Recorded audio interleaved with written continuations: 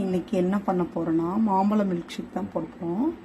இதுக்கு தேவையான பொருள் என்னென்னு பார்த்துடலாமா. இன்றைக்கி மேங்கோ கட் பண்ணி வச்சுருக்கிறேன், பால், அப்புறம் கொஞ்சோண்டு மேலே தூவுறதுக்காக மேங்கோ வந்து குட்டி குட்டியாக கட் பண்ணி வச்சுருக்கேன், அப்புறம் நட்ஸு, தேவையான அளவு சுகர், அப்புறம் ஐஸ் க்யூப்ஸ்.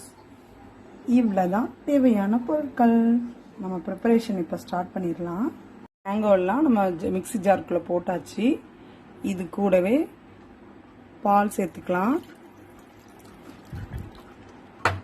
ஃபுல் பாலையும் ஊற்ற வேண்டாம், பாதி அந்த கிளாஸில் எடுத்து வச்சதுனால அதில் பாதி அளவு தான் ஊற்றிருக்கிறேன், பாதி வந்து நம்ம அப்புறமா ஊற்றிக்கலாம். சுகர் ஆட் பண்ணிக்கிறேன்.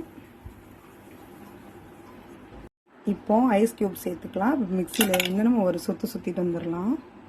வச்சுட்டு வந்தாச்சு, மில்க் ஷேக் ரெடி ஆகிட்டு மிக்ஸில் ஊற்றிக்கலாம். எவ்வளோ க்ரீமியாக இருக்குது பார்த்தீங்களா, எல்லோ கலரில். கூடவே ஐஸ் க்யூப் சேர்த்துக்கலாம். அழகுக்காக வச்சிருக்கிற mango recipe mango milk shake ready. உங்களுக்கு எங்களுடைய வீடியோ பிடிச்சிருந்தா லைக் பண்ணுங்கள், ஷேர் பண்ணுங்கள், சப்ஸ்கிரைப் பண்ணுங்கள். அப்படி மறக்காமல் அந்த சைடில் இருக்கிற அந்த பெல் ஐக்கானையும் டச் பண்ணிட்டு போங்க. நான் உங்களுடைய மியூசிக் குயின் நாட் 7.